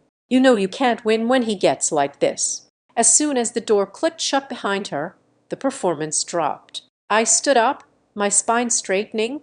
Jules walked out of her bedroom holding her own phone. She is a snake, Jules said flatly, and a bad actress. She is not an actress, I corrected. She is a mercenary. Did you see where she looked? She was looking for the hard bribes. Jules held up her phone. Look at this. It just popped up in the Saltmere Community Facebook group. I took the phone. It was a post from an anonymous member, but the writing style was unmistakably professional PR. Sad to hear about a certain local socialite abandoning her family during a mental health crisis. Rumor has it she drained the accounts and ran off to meet a paramour in Washington. Money can't buy loyalty. Folks praying for the husband left behind to pick up the pieces. There were 40 comments already. Most were sympathetic to Declan. Poor guy works so hard. One said she always seemed a bit stuck up, said another. They were rewriting my history in real time. It is a smear campaign, I said. They are poisoning the jury pool before we even get to court. They want to make sure that if I speak up, no one believes the crazy cheating wife. My burner phone rang. It was Marisol. Don't answer the door for the police, Marisol said without a preamble. But I just got a tip from a clerk I know at the precinct. Marisol said, her voice clipped and fast. A request for a welfare check was just called in for Jules's address. The caller claimed there was a disturbed woman holding a weapon. They are trying to get the cops to kick down the door so they can get a police report stating you are unstable. We are leaving, I said. Right now, go to a public place, Marisol instructed. Somewhere with cameras, a library or a mall. And Sage, if you talk to Tesser again, record it. Washington is a 2-party consent state. But there's an exception for recording conversations that convey threats of extortion or bodily harm. If she threatens you, you get it on tape. That is our leverage. I have a better idea, I said. I am going to buy her coffee. 2 hours later, I was sitting in a booth at a busy coffee shop in downtown Spokane. It was loud, filled with college students and the hiss of espresso machines. Perfect cover. I had texted Tesser from the burner phone. I am scared to be alone. Meet me at the coffee shop on 2nd Avenue. She arrived 10 minutes early. She looked annoyed to be in a public place, brushing a crumb off the vinyl seat before sitting down. I had my phone face down on the table, the voice memo app running. Sage, she said, reaching for my hand. I pulled back. Why did we come here? We could have talked at the house. I felt suffocated. I said, Tesser, I don't understand. Why is Declan doing this? Why did he leave me there? Tesser sighed, looking around to make sure no one was listening. He didn't leave you, Sage. You wandered off. That is the story. And honestly, it is the only story that saves you. Saves me from what? From being sued, Tesser said, her voice hardened. He is ready to file charges for the money you took. But, and this is me talking as your friend, he is willing to make it all go away. How? Tesser reached into her bag. She pulled out a folded piece of paper. It wasn't a legal pleading. It was the release form, the physical copy. He just needs you to sign this, Tesser said, sliding it across the sticky table. It is just a formality for that little video project the boys were making. They need the rights to the footage of the trip. If you sign this confirming you were a willing participant in the experiment, he will drop the theft charges. He will even let you keep the $75,000. I looked at the paper. It was the smoking gun. It was proof that the abandonment was a production and my safety was the currency they were trading. So it was a show? I asked, keeping my voice level. The 107 the cold, it was for a show. It is content, Sage, Tesser said, her mask slipping completely. It is just business. Don't be naive. Declan has investors lined up. They love the tough love angle. Just sign the paper. If you don't, he is going to release the medical records. What medical records? The ones he had his doctor friend up. Tesser smiled. A thin, cruel expression. The ones that say you have been hallucinating for months. Imagine what that will do to your custody chances if you ever try to have kids. Imagine who will hire a risk analyst who can't distinguish reality from a mood swing. I felt a cold rage settle over me. It was cleaner than fear, sharper. You are right, I said. I picked up the paper. I should sign it. Tesser beamed. She pulled a pen from her purse. I knew you were smart. I took the pen. I leaned over the paper and then I wrote in large block letters across the entire text. I do not consent. I stood up. What are you doing? Tesser hissed, grabbing my wrist. I am declining the offer, I said loud enough for the table next to us to hear. I pulled my hand free. And Tesser, you just admitted to extortion on an active recording. My lawyer will be in touch. I grabbed my phone and walked out. Tesser didn't follow me. She sat there frozen, realizing she had just handed me the weapon that would kill her social standing. I got into Jules's car around the corner. Did you get it? Jules asked. I got everything, I said. My phone buzzed. A text message. It wasn't from Tesser. It was from a number I didn't know. Spokane is nice this time of year, but there is nowhere to hide in a grid city. Sage, I see you. I stared at the screen. Declan, he knows. I said he knows exactly where we are. How? Jules asked. You ditched the air tag on the Vegas bus. He isn't tracking the phone. I realized he is tracking you. Their car, I said. Tesser was standing in your driveway for 5 minutes before she rang the bell. Her driver was in that sedan across the street all morning. We pulled into a car wash bay 3 blocks away somewhere covered away from satellites. Get out, I ordered. We crawled under the station wagon. The ground was wet and smelled of soap. I ran my hands along the inside of the rear bumper. Nothing. I checked the wheel wells. Nothing. Then I checked the frame rail on the driver's side. My fingers brushed against something cold and hard. A small black plastic box magnetically attached to the steel. I yanked it off. It was a GPS logger, a professional grade 1, the kind private investigators used. It had a blinking red light. They'd have been following us since the bus station, I said, holding the device up. Tesser led them right to us. Jules looked pale. What do we do? Smash it? No, I said, if we smash it, they know we found it. We need to feed it bad data. I looked around. A delivery truck for a floral company was parked in the next bay, the driver washing the mud off the tires. Give me $5, I said to Jules. I walked over to the driver. Hey, I said, weird request. My crazy ex is tracking me. Can I stick this on your truck for a few days just to get him off my back? The driver, A burly woman with a nose ring looked at the device, then at me she grinned. "Honey, I drive all over the state. Stick it on." I slapped the tracker onto the frame of the floral truck. "Go," I told Jules. We drove back to Marisol's office, taking a convoluted route just in case. When we slapped the recording and the photo of the GPS tracker onto her desk, Marisol actually smiled. "This is it," she said. "The extortion attempt by a proxy, the illegal surveillance. This is enough for the emergency hearing tomorrow morning. I can get an ex parte order. He won't be able to come within 500 ft of you. It is a stopgap."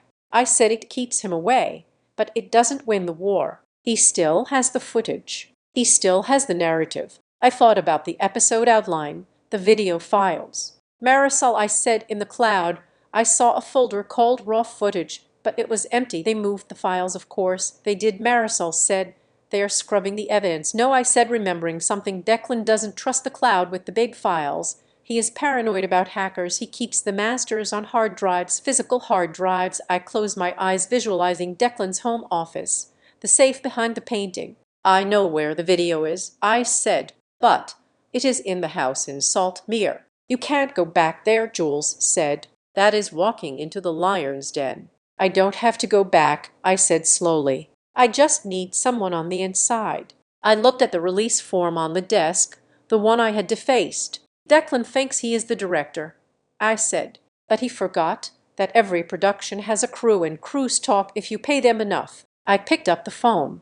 I wasn't calling Declan. I was calling Barrett, the weak link.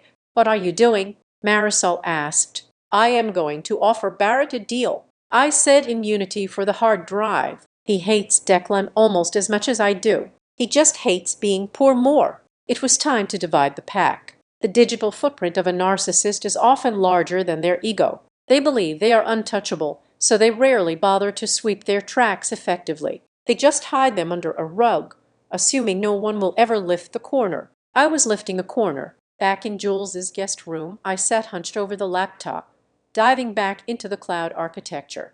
I knew Declan. He would not delete the footage. He needed it. It was his product. But he would not keep it in the Project Alpha folder anymore. Not after he realized I had gone rogue. I searched for hidden directories. I looked for large file sizes disguised as system data. I found a folder labeled Tempiece Cache 88. It looked like a temporary cache file, something the system generates automatically, but the file size was 4 GB. I right-clicked and changed the extension from DAT to MP4. The icon flickered and changed into a video thumbnail. I put on my headphones, my heart beating a slow, heavy rhythm against my ribs. I pressed play. The video was high-definition shot from a wide-angle lens mounted on the dashboard of the SUV. It wasn't a dash cam. It was a GoPro positioned to capture the interior of the car and the road ahead. The timestamp read November 12th, 11:18 a.m. And I watched myself get out of the car on the screen. I looked small, wrapped in my cashmere sweater, oblivious to the fact that I was walking onto a set. Inside the car, the audio was crystal clear. "She is out," Barrett's voice said.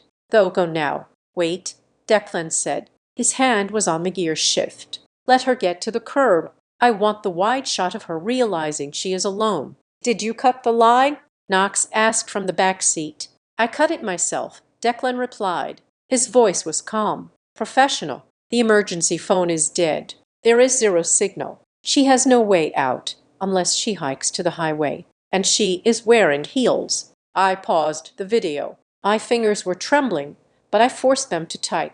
Transcript 11:19 a.m. Subject: Declan Wexler admits to disabling emergency communications. Premeditation confirmed. I hit play again. I watched the SUV pull away. I watched my own figure in the distance running, stumbling inside the car. The laughter was raucous. "Look at her run," Barrett howled, zooming in with his phone. "She looks like a lost puppy." "That is the thumbnail," Declan said. "Right there. Stranded wife panics. That is the money shot." I closed the laptop lid, breathing hard.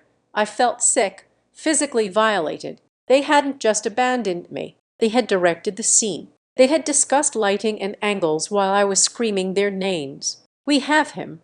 Marisol said when I sent her the file 10 minutes later. Is it enough? I asked. It is more than enough for the restraining order, Marisol said. But Sage, we have to be careful. I am going to file a motion to preserve evidence immediately. We create a chain of custody. If we just leak this, they will claim it is a deep fake or out of context. We lodge it with the court. We make it official. Do it, I said.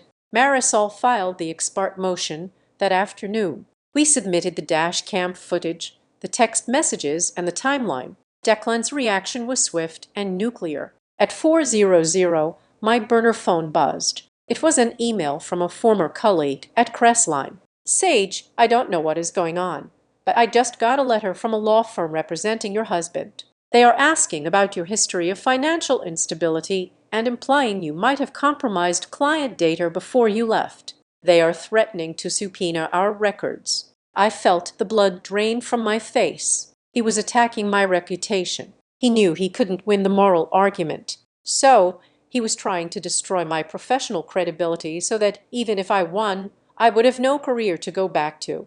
Then came the second blow, a notification from my bank, the new one. Account frozen pending investigation of fraudulent transfer. He flagged the transfer as theft. I told Marisol, pacing the small room, he has frozen the $75,000. I have no money. Marisol, I am not stopping. Marisol said, we work on contingency now. But Sage, this means he is scared. He is throwing everything he has to stop you from getting to that hearing. I sat down on the floor, feeling the walls closing in. No money, no career, just a video file and the truth. Then my phone buzzed again. It was a message on Signal, an encrypted messaging app I had installed on Marisol's advice. The number was unknown. I am not going to jail for him. I stared at the text. Who is this? I typed back. 3 dots appeared, then vanished, then appeared again. It is Barrett. Listen. He is losing it.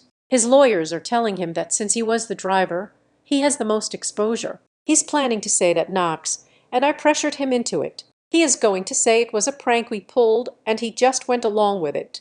I let out a harsh, dry laugh. Of course, the narcissist protects himself first. The brothers were useful idiots until they became liabilities. Why are you telling me this? I asked. Because I read the penal code. Barrett replied, kidnapping, endangerment, wire fraud. I am 28. Sage, I don't want a felony record. I want a deal. I called Marisol immediately. I put the phone on speaker. Tell him we are listening. Marisol said, I am listening. I typed, what do you have? I have the emails with the production company, Barrett wrote. And I have the pitch deck, the original one, the one where he explicitly lists creating a crisis as a strategy to boost viewer engagement. Send it. I typed, I want immunity. Barrett replied, I want to guarantee that you won't name me in the civil suit. Marisol nodded at me. Tell him we can't promise criminal immunity. That is up to the district attorney. But tell him if he cooperates fully, we will leave him out of the civil damages. I typed the offer. A minute later, a file appeared in the chat. Crown Media Pitch Deck Final PDF. I opened it. It was worse than the outline. It was a 50-page business plan for a reality series called The Domestic Challenge. Slide 10 was titled Authenticity Through Adversity. To capture the modern audience, we cannot rely on scripted drama. We must manufacture real-world stress tests by removing the subject's safety net. Financial, communicative, logistical. We trigger genuine survival instincts. This raw footage creates a viral loop that traditional media cannot match. There was a graph showing projected revenue based on viral moments. My abandonment was a dot on a revenue graph. He monetized your trauma before he even inflicted it, Marisol said, her voice quiet with disgust. This proves it wasn't a crime of passion. It was a business venture. We have him, I said again. We have the evidence, Marisol corrected. But we still have to survive the night. The hearing was set for 9:00 the next morning. It was supposed to be a remote hearing, but Declan had petitioned for an in-person session, claiming he needed to face his accuser. The judge surprisingly agreed. Declan was coming to Spokane. At 6:00 that evening, Jules looked out the window. Sage, she said, The floral truck is gone, but there are two guys standing on the corner. I looked. Two men in dark suits were standing under the street lamp smoking cigarettes. They weren't hiding. They were staring directly at the house. Intimidation, Jules said. He wants you to be too scared to walk out that door. He forgets, I said, putting on my coat. I walked 107 miles in my head already. Two rental cops aren't going to stop me. Where are you going? Jules asked. I need to print the pitch deck, I said, and your printer is out of ink. I am going to the 24-hour copy center down the street. I am coming with you, Jules said. We walked past the men. They didn't move, but they tracked us with their eyes. One of them pulled out a phone and whispered something. At the copy center, the fluorescent lights hummed. I watched the pages of the pitch deck slide out of the machine, one by one. The evidence of my husband's cruelty, warm to the touch. As I was stapling the document, a young woman in a hoodie walked past me. She kept her head down, carrying a stack of flyers. As she brushed past, she dropped a thick manila envelope onto the counter next to my hand. You dropped this, she mumbled, not making eye contact. No, I didn't, I started to say, but she was already gone, slipping out the automatic doors and vanishing into the night. I looked at the envelope. It was blank. No return address. I opened it. Inside were bank statements, not mine, not Declan's. They were statements from an offshore account, and highlighted in neon yellow were 3 transfers. October 10th, $5,000. October 20th, $5,000. November 12th, $10,000. The recipient was Tesser Crane, and attached to the statements was a printed email from Declan to Tesser. Subject the guide T. I need you to be the shoulder. She cries on. When she breaks, steer her back to me. If she talks about lawyers, shut it down. If she talks about the press, discredit her. You are the safety valve. Don't fail me. My hands shook. Tesser hadn't just betrayed me for fun. She was on the payroll. She was a paid character in the domestic challenge. I looked at the timestamp on the email. It was sent 2 weeks before the trip. This was the final piece. The friend, the husband, the brothers. Everyone in my life had been cast in a role except me. I was the only one who didn't know the script. But now I had the script. I put the envelope in my bag next to the pitch deck. Let's go home, Jules. I said, I am ready for court. We walked back past the men on the corner. They were still there, looming in the dark, but they didn't look scary anymore. They looked like extras in a movie that was about to be canceled tomorrow. I wasn't just going to get a restraining order. I was going to burn their entire production to the ground. The fluorescent lights of the Spokane County Superior Court hummed with a low, head-inducing frequency that seemed designed to strip away human emotion. Room 302 was not a place for drama. It was a place for paperwork, a sterile box of wood paneling and gray carpet, where lives were dismantled in 15-minute increments. I sat at the plaintiff's table next to Marisol. My hands were folded on the table, still as stone. I was wearing a black blazer borrowed from Jules, one size too big, but it made me feel armored. Across the aisle, the defense table was occupied by a man I recognized only by reputation, Arthur Sterling. He was Declan's fixer, a lawyer who cost $800 an hour and specialized in making problems for the wealthy disappear. But the chair next to him was empty. Declan was not here. Your Honor, Sterling began, standing up as Judge Holloway entered. Mr. Wexler is currently in transit. His private flight was delayed due to weather. However, we believe this entire hearing is premature. This is a domestic misunderstanding, a marital spat that Mrs. Wexler has unfortunately decided to escalate into a legal circus. Sterling's voice was smooth, dismissive. He waved a hand toward me as if I were a hysterical child. A spat? Judge Holloway asked, looking over her reading glasses. The plaintiff alleges abandonment in a remote area and illegal surveillance. Hyperbole, Your Honor. Sterling smiled. Mrs. Wexler is known to be spirited. My client admits to a disagreement at a rest stop, after which Mrs.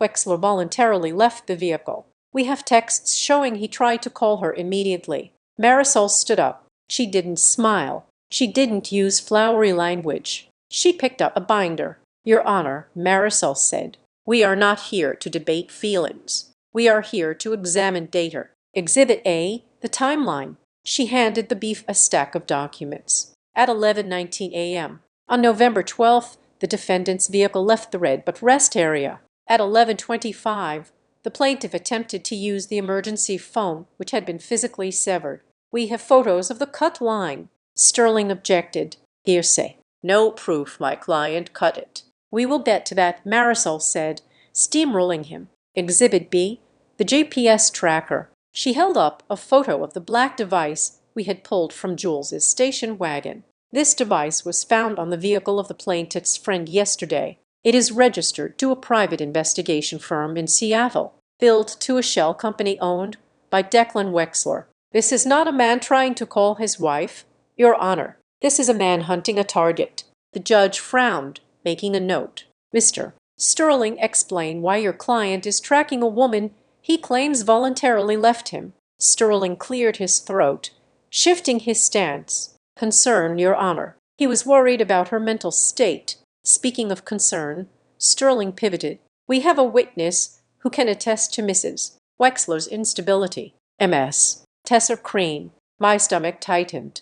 Tessa walked in. She was dressed in a modest navy suit, looking every inch the concerned best friend. She took the stand, swore to tell the truth, and immediately began to lie. I have known Sage for 10 years, Tessa said, her voice trembling slightly. She has been erratic lately. Paranoia, mood swings. When she called me yesterday, she sounded manic. I only went to the house because Declan begged me to check on her safety. And did Mr. Wexler offer you anything in exchange for this help? Sterling asked. No, Tessa said, looking shocked. Of course not. We are friends. Thank you, MS. Crane, Sterling said.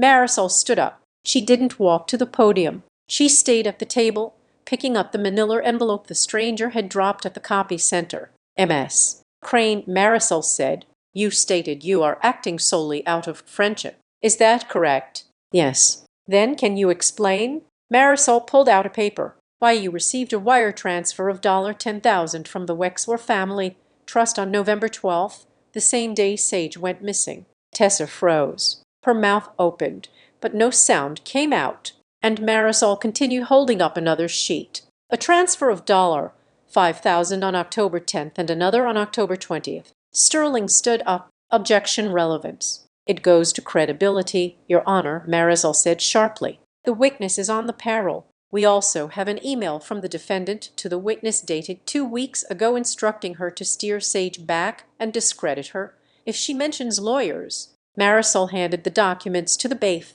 Exhibit C, the purchase of friendship. Judge Holloway looked at the bank statements. Then she looked at Tessa. MS. Crane, the judge said, her voice icy. Did you receive these funds? Tessa looked at Sterling for help, but the lawyer was busy shuffling papers, distancing himself from the blast radius. It was for expenses. Tessa stammered. Travel expenses. $10,000 for travel. The judge asked. You may step down, and I would suggest you not leave the county. MS. Pain. Perjury is a serious offense. Tessa scrambled off the stand, her face a mask of humiliation. She didn't look at me as she hurried out the back door. The heavy double doors at the back of the courtroom swung open. Declan Wexler walked in. He looked impeccable. Charcoal suit, tie perfectly knotted, hair swept back. He didn't look like a man in trouble. He looked like a CEO arriving to chair a board meeting. He walked straight to the defense table, patted Sterling on the shoulder, and nodded to the judge as if they were old friends. Apologies for the delay, Your Honor, Declan said, his voice rich and confident. The weather over the pass was terrible. Mr.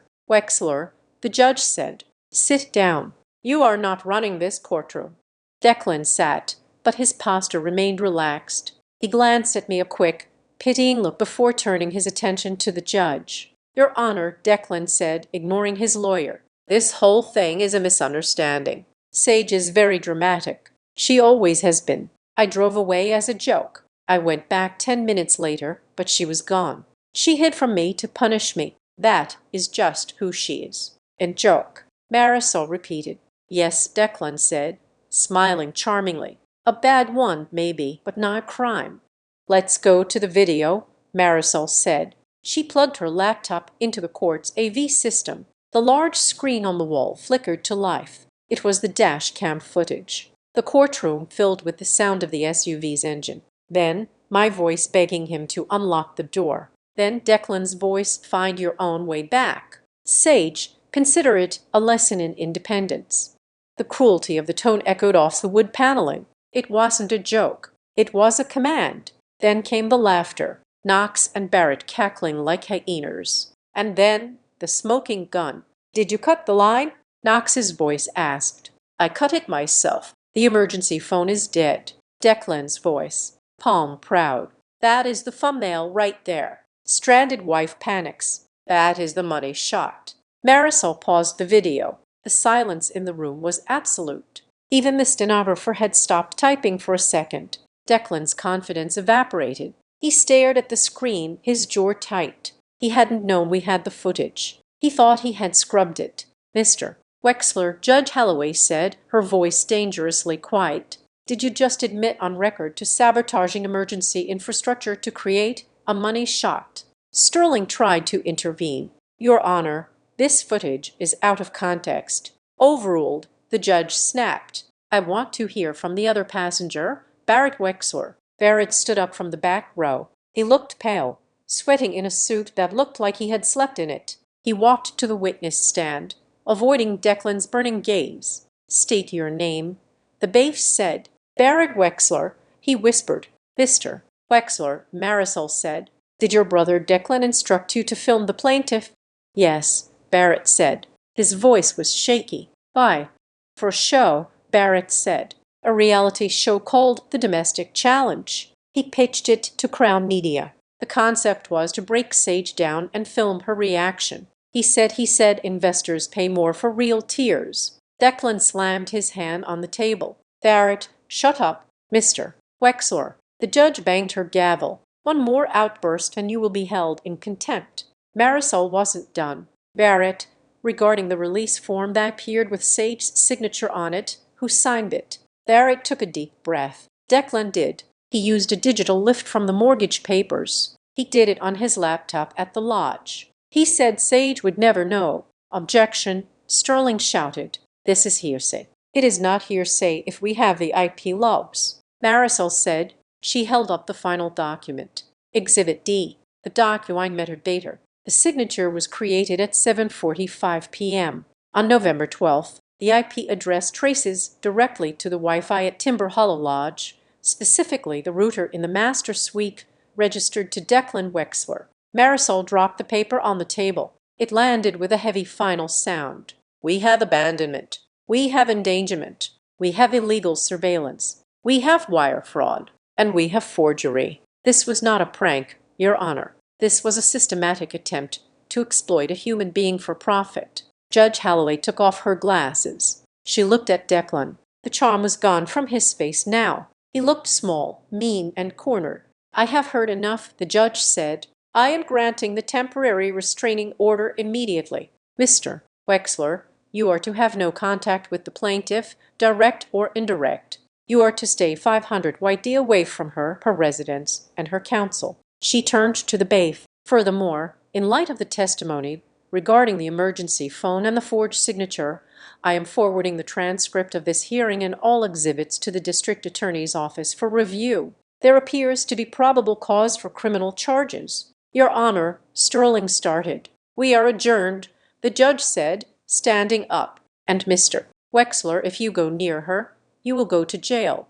The gavel banged. I let out a breath I felt like I had been holding for 3 days. Marisol squeezed my arm. "We got him. We packed up our files." Sterling was whispering furiously to Declan, whose face was a mask of red fury. I walked toward the exit. I held my head high. I didn't look at him. As I pushed through the heavy wooden doors into the corridor, I heard footsteps behind me. Fast, heavy footsteps. Sage. I turned. Declan was there. He had pushed past his lawyer. He stopped 10 inches away, breathing hard. His eyes were wide, wild. The mask of the polished husband was gone.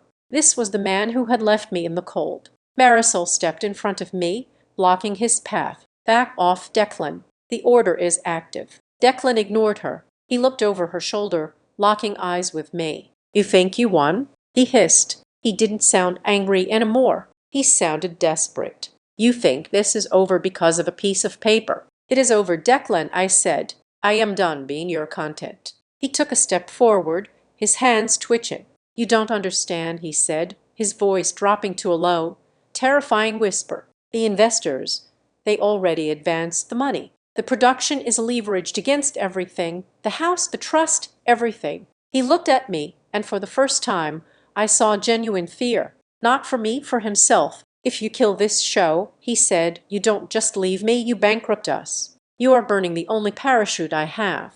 He leaned in, his eyes pleading and threatening at the same time. You don't understand what you're breaking. You aren't just breaking a marriage. You are breaking the machine that feeds us. I looked at him. I looked at the man who thought of me as a machine part. I know, I said, and then I turned my back on him and walked toward the elevators, leaving him standing in the hallway of the courthouse, a director with no star, no script, and nowhere left to hide. The heavy wooden doors of the courtroom had barely swung shut behind me when I heard the sound of expensive leather shoes slapping against the marble floor. It was a frantic staccato rhythm that I knew better than my own heartbeat. Sage, wait. I stopped near the elevators, my hand hovering over the down button. I did not turn around. Marisol stepped between me and the car door, her briefcase held like a shield. Mr. Wexler, Marisol warned, her voice echoing in the empty hallway. You are violating the order. 500 FT. Declan ignored her. He moved to the side, trying to catch my eye around Marisol's shoulder. His face was flushed, his hair slightly disheveled. The cool, collected CEO was gone. In his place was a man watching his assets liquidate before his eyes. Sage, please, he said, his voice dropping to a harsh whisper. We can fix this. I can fix this. You don't know what you are doing. If you walk away now, the deal collapses. The network needs the resolution arc. They need the reunion. The reunion, I repeated, staring at the elevator numbers. They were stuck on the 3rd floor. Yes, Declan said, stepping closer. We go home. We film a reconciliation. It is worth $200,000. Sage, $200,000. We can pay off the mortgage. I will buy you that studio you wanted. Just stop this insanity. Marisol took a step forward. Back away. Declan. Declan snapped. He lunged past Marisol, grabbing my upper arm. His grip was bruising. You are not listening to me, he shouted, his face inches from mine. You are my wife. You are my property until I say otherwise. If you ruin this deal, I will bury you. I will sue you until you are begging on the street. I will make sure you never work in this city again. The hallway went silent. I looked down at his hand on my arm. Then I looked up at the ceiling where a security camera blinked with a steady red light. And standing 5 feet away, holding a stack of files, was the bailiff who had just escorted us out. Sir, the bailiff shouted, his hand moving to his belt. Step away from the plaintiff now. Declan froze. He realized too late that he wasn't in his living room. He released my arm, stumbling back. Marisol didn't miss a beat. She turned to the bailiff. Officer, did you hear that threat? I did, ma'am. The bailiff said, his face grim. He threatened to bury her and claimed her as property. And he made physical contact. Marisol turned to me. Come on, we are going back in. Back in? I asked. The judge hasn't left the bench yet, Marisol said, her eyes gleaming with a predatory light. We are opening an emergency supplemental session right now. 5 minutes later, we were back in room 302. Judge Holloway looked displeased to be interrupted, but when the bailiff testified about the hallway incident, her displeasure shifted entirely toward the defense table. Mr. Wexler, the judge said, her voice dangerously soft. I issued a restraining order 10 minutes ago. You violated it in the hallway. You assaulted the plaintiff, and you threatened her financial livelihood. Declan was standing, his hands shaking. Sterling, his lawyer, had his head in his hands. Your Honor, I was emotional, Declan stammered. Tears began to well up in his eyes. It was a masterful performance. I love my wife. I am desperate. I just wanted to talk to her. It is Knox and Barrett They put me up to this. They pressured me. I am the victim here." He was crying now, actual tears. He looked at me, his eyes pleading. "Sage, tell her. Tell her I am a good man. I just made a mistake." I watched him cry. 3 days ago, those tears would have broken me. Now they just looked like water. Marisol stood up. She didn't look at Declan. She looked at the judge. "Your Honor, the defendant claims this was a mistake. He claims he is a victim of peer pressure. We would like to introduce one final piece of evidence to speak to his motive." Marisol pulled a document from her briefcase. It was the email Barrett had sent me, the one attached to the pitch deck. "This is an email confirmation from Crown Media to Declan Wexler," Marisol said, dated November 11th, the day before the trip. She handed the paper to the bailiff. "Please read the highlighted section." Judge Holloway took the paper. She adjusted her glasses. She read aloud to the silent courtroom. "Transfer confirmed. $100,000 advance payment for production start. Funds will be released upon receipt of signed liability waiver and proof of concept footage." The judge lowered the paper. $100,000. Marisol said, "He didn't forge her signature because he wanted to make a home movie, Your Honor. He forged it because it was the key to unlock a six-figure bank transfer. He sold his wife's abandonment for cash. That is not love. That is trafficking." The air left the room. Declan stopped crying. The tears dried up instantly, replaced by a look of cold, naked terror. The mask had not just slipped. It had shattered. He wasn't the grieving husband anymore. He was the con artist court with the marked bills. "Mr. Sterling," Judge Holloway said, "do you have a defense for this?" Sterling stood up slowly. He gathered his papers. "No, Your Honor, I do not." The judge turned to Declan. She looked at him with something worse than anger. She looked at him with disgust. "Declan Wexler, I am modifying the temporary order. It is now a permanent restraining order. You are to remain 500 YD away from MS. Ward for a period of 5 years." She signed a paper with a sharp scratch of her pen. "Furthermore, I am ordering the immediate surrender of all electronic devices in your possession to the court for forensic analysis, and I am flagging this file for the district attorney with a recommendation for charges of extortion, fraud, and assault." She looked at me. Her expressions softened. "MS. Ward, you are free to go. The bailiff will escort you to your vehicle to ensure your safety." "Thank you, Your Honor," I said. I stood up. Declan was slumped in his chair. He looked small. The expensive suit looked like a costume on a child. He looked up at me as I gathered my bag. "Sage," he whispered, "you can't do this. You have nothing without me. You don't even have a ride home." I stopped. I walked over to the defense table. I didn't lean in. I stood tall, looking down at the man who had controlled my breathing for 3 years. "You told me to find my own way back," I said. My voice was steady, clear, and loud enough for the stenographer to record every syllable. "I found it, Declan. I found my way back to myself, just not to you." I turned around and walked away. The bailiff led us out a side exit to avoid the front steps. Marisol checked her phone. "The press is out front," she said. "Declan's PR team called them. They were hoping for a photo of you crying. Instead, they are going to get footage of him being detained for device surrender." "I don't want to see it," I said.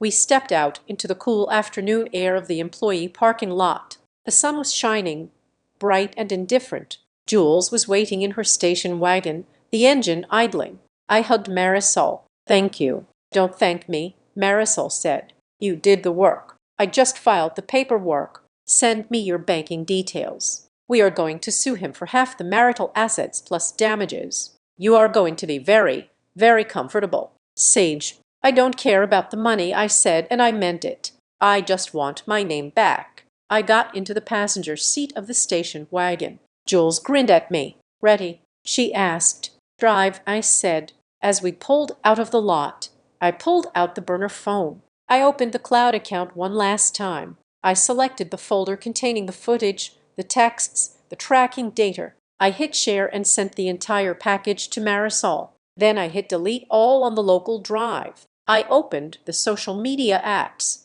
I didn't deactivate them. I deleted them. I pulled the SIM card out of the cheap plastic phone. I rolled down the window. We were passing the front of the courthouse now. I saw a commotion on the steps. Declan was standing there. He was alone. His lawyer had already left. The press cameras were flashing, blinding white lights popping in his face. He looked lost. He was looking around wildly, scanning the cars, scanning the street, looking for the asset he had misplaced. He saw Jules's car. He saw me in the window. He took a step forward, his mouth opening to shout something. I didn't hear him. I tossed the SIM card out the window. It bounced on the asphalt, a tiny speck of plastic lost in the city. I rolled the window up, the glass sealed shut, cutting off the noise of the city, the cameras and the man on the steps. I looked at him one last time. He wasn't a monster. He wasn't a king. He was just a man who had tried to turn a person into an object